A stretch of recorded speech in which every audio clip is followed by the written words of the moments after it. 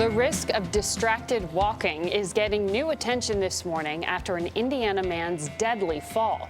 Witnesses say the 33-year-old was looking at a device when he plunged off a California cliff. Kris Van Cleave in Washington shows us research on how distractions are linked to a rising number of injuries each year. Kris, good morning. Good morning. Part of the danger here is where you're looking. When your head is down, looking at your phone, you have a very limited range of vision. So you may not see obstacles, particularly if it's slick out like it is here in Washington, until you're right up close. Take our producer here. You're almost right next to her before you see her if you're looking down. Signs, another obstacle, and it's resulting in injuries and in some cases even death. In San Diego, investigators believe Joshua Burwell may have been trying to take a picture of the sunset when he took a fatal fall, some 40 feet off Sunset Cliffs onto the rocks below. Lifeguard Sergeant Bill Bender. He wasn't watching where he was walking, looking more down at the device. It's a tragic example of a growing problem. People distracted by their phones or other devices. In a recent study, 78% of Americans said distracted walking is a serious issue.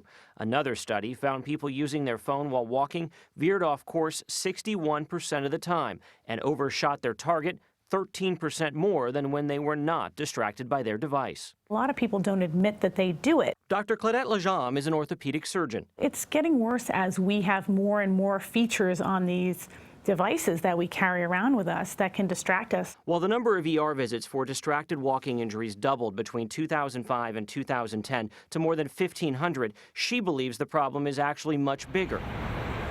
But it's not hard to spot on the street. Do you think the combination of texting and walking is a good, safe combo? No, absolutely not. Just like biking and texting, driving and texting. Researchers at Ohio State found millennials ages 21 to 25 are most likely to be injured, and the National Safety Council says nearly 80% of the injuries stem from falls, estimating more than half occur at home. But we found Kelly Davis working away on her phone as she walked to lunch.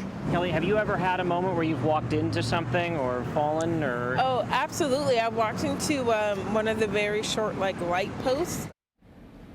That had to hurt.